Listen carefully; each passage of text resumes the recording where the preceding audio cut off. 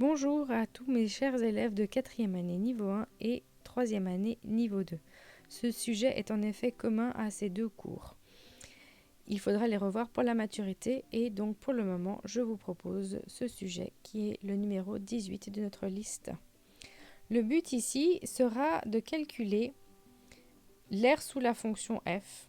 Et donc pour y arriver, on va déterminer ce que c'est que la somme et l'intégrale de Riemann.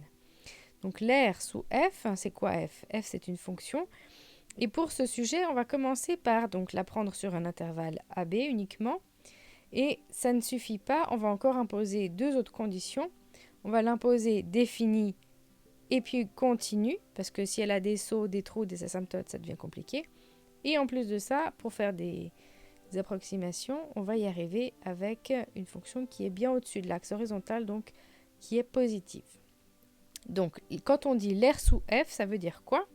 Ça veut dire qu'on veut être entre la fonction, l'axe horizontal, et puis les droites qui passent par A et B, les droites verticales.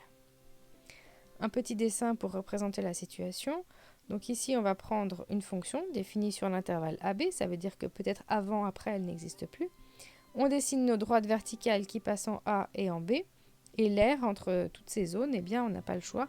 Ici, elle est hachurée en bleu. Comment est-ce qu'on va faire? L'idée, c'est de commencer par une approximation. Et une approximation à l'aide de formes géométriques qui sont simples. Donc, on va prendre des rectangles.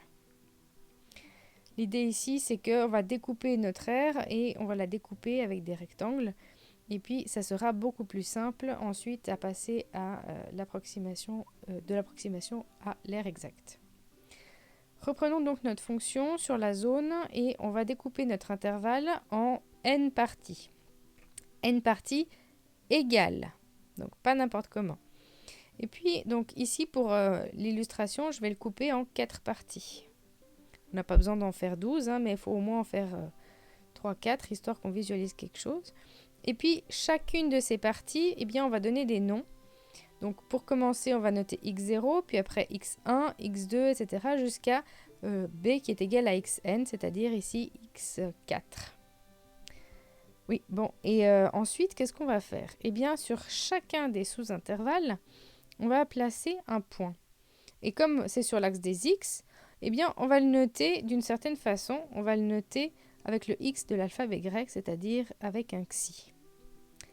Alors, comment est-ce qu'on va dessiner ce xi? Petite leçon de grec version maths. Xi, c'est donc la lettre grecque qui correspond donc à notre x. Et pour dessiner cette lettre, qui est souvent bien compliquée, j'ai un petit truc visuel. Alors tout simplement, il va falloir visualiser donc le haut du xi. Il s'agit de la tête d'un oiseau. Alors, est-ce que vous visualisez cet oiseau? Je vous ai trouvé une photo. Ensuite, un 3 qu'on aurait tourné et un S.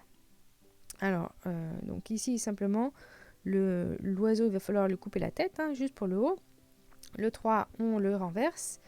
On le combine avec le S pour la barre en bas. Et puis, donc, il nous faut la tête de l'oiseau pour le haut. Alors, si vous suivez tout ça, on va arriver à faire un xi. Donc, je ne sais pas si les profs de grec expliquent ça comme ça, mais c'est comme ça que je vous l'explique. Donc ici, il s'agit de suivre cette forme-là et on arrive à un xi tout à fait potable. Voilà. Donc j'espère que cette explication vous paraît claire et c'est parti, on reprend notre xi. Donc nous avons notre fonction et dans chacun des sous-intervalles, on va choisir un xi.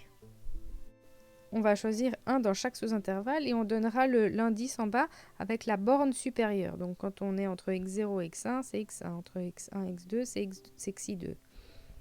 Ok ? Bien, donc à quoi ça va servir tout ça? La question qu'on se pose, c'est où sont passés les rectangles qu'on nous avait promis? Donc ici, on a déjà donc un xi et puis on va lui mettre un indice i pour dire qu'il va varier selon l'intervalle où on se situe. C'est pas juste des xi, des x. Et puis donc notre question, où sont les rectangles? Donc on a besoin de base et de hauteur. Alors maintenant, on va les construire, nos rectangles. On va donc construire sur les bases des sous-intervalles qu'on avait. Et pour la hauteur, on va prendre l'image de ces xi. Donc ici, il va falloir qu'on dessine et que ici, je vous explique en écrivant. Donc pour construire les rectangles, on va en construire donc autant qu'on a séparé notre intervalle. Donc ici, je vais construire 4 rectangles puisque mon intervalle est séparé en 4. Donc on va y aller tranquillement.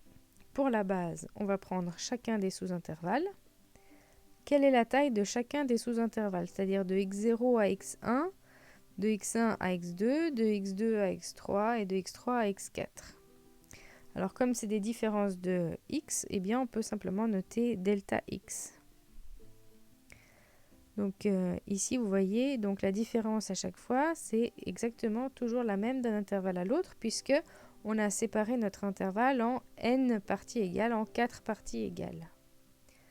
Donc à chaque fois on a le x1 moins x0, le x2 moins x1, le x3 moins x2 et le x4 moins x3. Et à chaque fois c'est la même chose, donc on va noter ça simplement différence de x. Et puis en fait c'est égal à quoi? C'est-à-dire à la longueur de tout notre intervalle, c'est-à-dire b moins a, divisé par 4 puisque on avait choisi n égale 4. Donc b moins a divisé par n, ça va correspondre à la taille de chacun des sous-intervalles.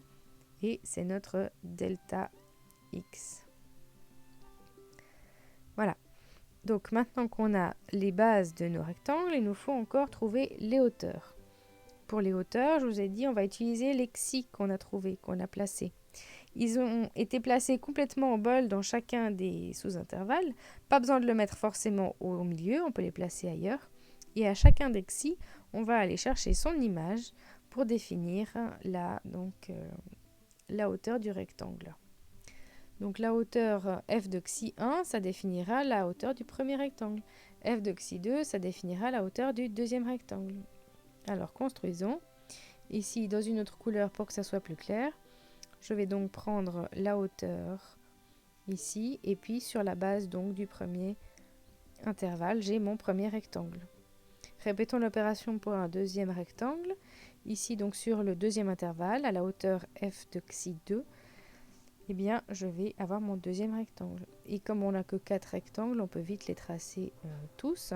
Et on les a rapidement avec à chaque fois la hauteur f de xi. Donc pour le troisième, 3.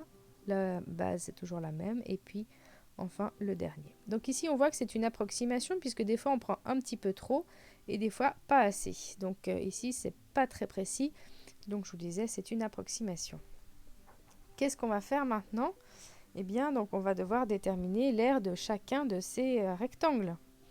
Donc on peut commencer par le premier, le deuxième, tranquillement. Et puis, évidemment, pour une approximation de tout l'aire sous la courbe, de A jusqu'à B, eh bien, on devra additionner tous ces rectangles. Alors, pour le premier rectangle, ici, donc je parle de celui qui arrive là de A jusqu'à x1.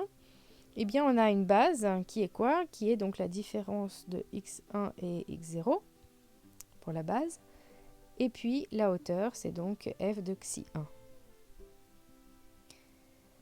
Ensuite, donc on a dit ce x1 moins x0, ça devient lourd. Donc, au lieu d'écrire ça, on va simplement écrire delta x. Et fois toujours donc f de xi 1. Pour le deuxième rectangle, si vous l'avez compris, on peut refaire le même raisonnement. Et donc, la différence, c'est de x2 et x1 pour la base. Et puis, pour la hauteur, c'est f de xi 2. Donc, ainsi de suite, jusqu'au nème rectangle. Le rectangle nème, qui ici est le quatrième. Mais admettons qu'on va pouvoir séparer ça à autant de n qu'on voudrait choisir. Eh bien, ça serait donc xn moins xn moins 1 fois la hauteur f de xi n. Voilà, donc on a tous nos rectangles. Maintenant, il va suffire de les additionner. On va donc pouvoir trouver une approximation de l'aire sous la courbe. On remarque cette régularité ici. Et au lieu de noter à chaque fois x1 moins x0, x2 moins x1, etc., on va directement mettre delta x. Donc, pour l'approximation de l'aire sous la courbe, l'aire, on va la noter avec un A. Et comme c'est une approximation, eh bien, on notera donc un A avec nos petites vagues pour dire que nous avons une approximation et non pas l'aire exacte. on a donc l'air qui est delta x fois f de xi 1 plus delta x fois f de xi 2 plus, etc. jusqu'à un delta x fois f de xi n. Donc ici, c'est très très régulier. On a compris qu'on a toujours le delta x. Et comme c'est tout le temps régulier, tout le temps avec la même formulation, on a envie d'écrire une seule fois un terme et de dire, ouais, bon, il y a un truc qui varie, c'est juste l'indice du xi. Donc on a tout le temps un delta x fois un f de xi avec un indice i. Et puis i va de quoi à quoi? Eh bien, au début, il part à 1 et à la fin, il va jusqu'à n. Et puis, qu'est-ce qu'on fait avec toutes ces expressions? Eh bien, à chaque fois, on va faire une somme. Une somme, alors la lettre grecque qui correspond à la somme, c'est sigma. Alors ici, on prend un sigma majuscule. On dirait une leçon de grec aujourd'hui. Mais donc voilà, on a un sigma qui est donc l'indice, enfin qui est donc le symbole qu'on va prendre pour dire qu'on va faire une somme. Une somme avec l'indice i qui va aller de 1 à n, donc il va y avoir le 1, le 2, etc. C'est exactement l'expression qu'on a juste au-dessus. Donc ici, cette somme-là, eh bien, c'est la somme de Riemann. Et voilà, on arrive déjà à la somme de Riemann. Il ne reste plus qu'à faire l'intégrale de Riemann. Et alors, l'idée ici, c'est que on aimerait avoir une aire exacte et non pas une approximation. Donc, comment est-ce qu'on peut faire pour avoir l'aire exacte et pas une approximation? Donc, ici, on a vu que si on avait fait un partage avec un n égal à 4, eh bien, c'était pas très précis. Mais si on fait grandir notre n, si on fait un partage de, je sais pas moi, déjà 10, eh bien, notre approximation, elle se précise quand même un peu plus. Vous me voyez venir, on prend n égale à l'infini, c'est-à-dire qu'il va nous falloir prendre nos limites. Donc, on reprend notre expression et on va lui coller simplement une limite avec ce n qui doit grandir le plus possible, donc qui tend vers l'infini. Et voilà, c'est bon, ça va être l'expression qui va définir donc l'intégrale de Riemann. Mais alors ça, on va juste réorganiser un petit peu, on peut changer l'ordre des termes. La multiplication est commutative ici dans les réels. Et alors ici, je vais changer un petit peu les couleurs et puis on va expliquer des nouveaux symboles pour chacun de ces termes. Donc ici, ce qui est en noir, c'est-à-dire la limite avec la somme, on va prendre un nouveau symbole. Donc on a dit, déjà on avait choisi une lettre grecque pour dire la somme. Alors, vu qu'on a déjà épuisé notre possibilité des grecs, il va falloir trouver un autre symbole correspondant à un S pour somme. Et puis ici, c'est pas n'importe quelle somme, donc c'est la somme avec la limite. Donc c'est une somme particulière.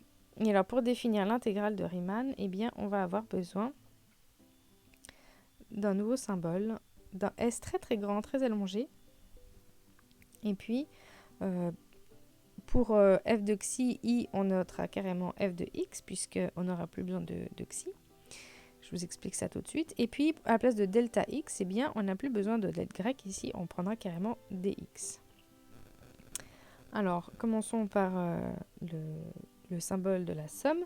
Donc, j'insiste, ici, imaginez bien votre violon. Et puis, c'est juste l'écoutille, là, que l'on prend pour le symbole. Donc, pas un gros S bien aplati, mais vraiment un S bien grand et bien allongé, comme l'écoutille de ce violon. Donc, vraiment, visualisez ce symbole-là. Donc c'est encore un S pour rappeler la somme. La somme, c'est donc une addition, des plus. Ça symbolise qu'on a additionné l'aire de tous les rectangles. Ok. Et puis donc ensuite, il va falloir qu'on explique les deux autres couleurs, le orange et le rose. Alors le rose, c'est évident, puisqu'on avait un delta X, un delta, eh bien on est revenu de notre alphabet, donc D.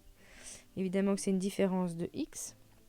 Donc on avait un delta pour la différence, ou encore on pourrait dire la distance. La distance, puisque c'est la distance qu'on avait sur l'axe horizontal sur un surintervalle d'une borne à l'autre. Donc, par exemple, on prenait x2 moins x1, ou x3 moins x2, etc. Et finalement, donc les xi, on n'en a plus besoin. Pourquoi? Parce que notre n, il va tendre vers l'infini. Qu'est-ce que ça veut dire ça? Donc on avait notre axe réel. Ensuite, on avait notre intervalle qui va de A à B. Et puis, on avait partagé ça en n parties égales. en n parties égales. Et puis donc plus notre n c'est le nombre de partages, combien de tranches on doit faire. Donc on fait des tranches tellement fines, tellement petites, qu'en fait finalement on n'a plus la place de squeezer des xi entre les différents x. Donc on a directement x. Et voilà donc pour l'explication de ces symboles. Donc finalement l'intégrale de Riemann, ah oui j'ai encore oublié, il fallait préciser donc qu'on est sur l'intervalle AB, donc ici il faut bien préciser et on les précise en haut et en bas de ce symbole donc d'intégrale. Et puis donc ça correspond à une limite d'une somme de la multiplication entre f de xi i et un delta x. Donc il faut se rappeler que la limite des fois elle n'existe pas. Donc pour que l'intégrale existe, eh bien il faut que la limite existe. Alors ça c'est fini pour la présentation théorique, mais la question c'est comment est-ce qu'on calcule dans les exercices?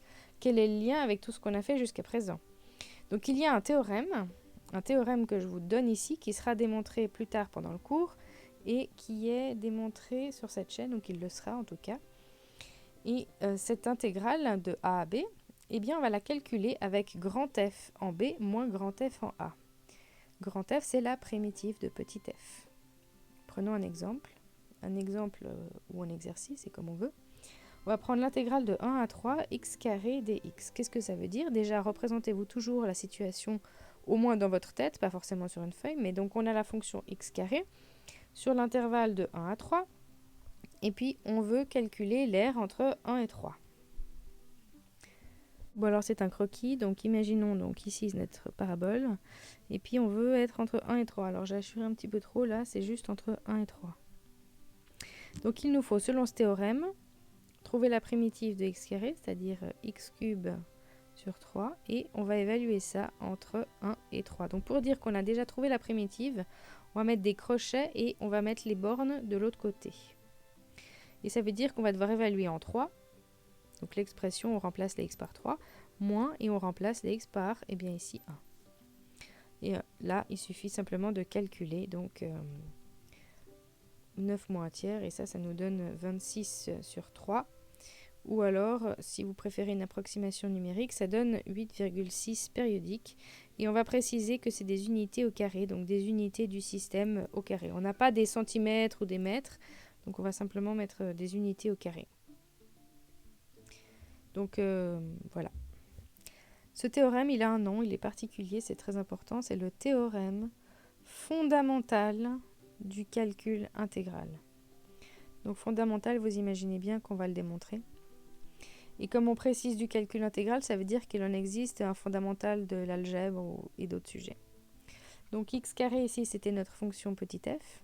Et x cube sur 3, c'est grand F, une primitive de petit f, c'est-à-dire que grand f' égale à petit f.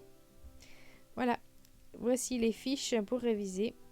N'hésitez pas à arrêter la vidéo et puis repasser certains passages et arrêter pour recommencer ou arrêter pour prendre des notes et puis revoir ça plusieurs fois, histoire de bien comprendre. Il ne faut pas essayer de suivre et prendre des notes en même temps, il faut vraiment arrêter la vidéo. Et puis je vous souhaite de bonnes révisions. Belle journée à tous!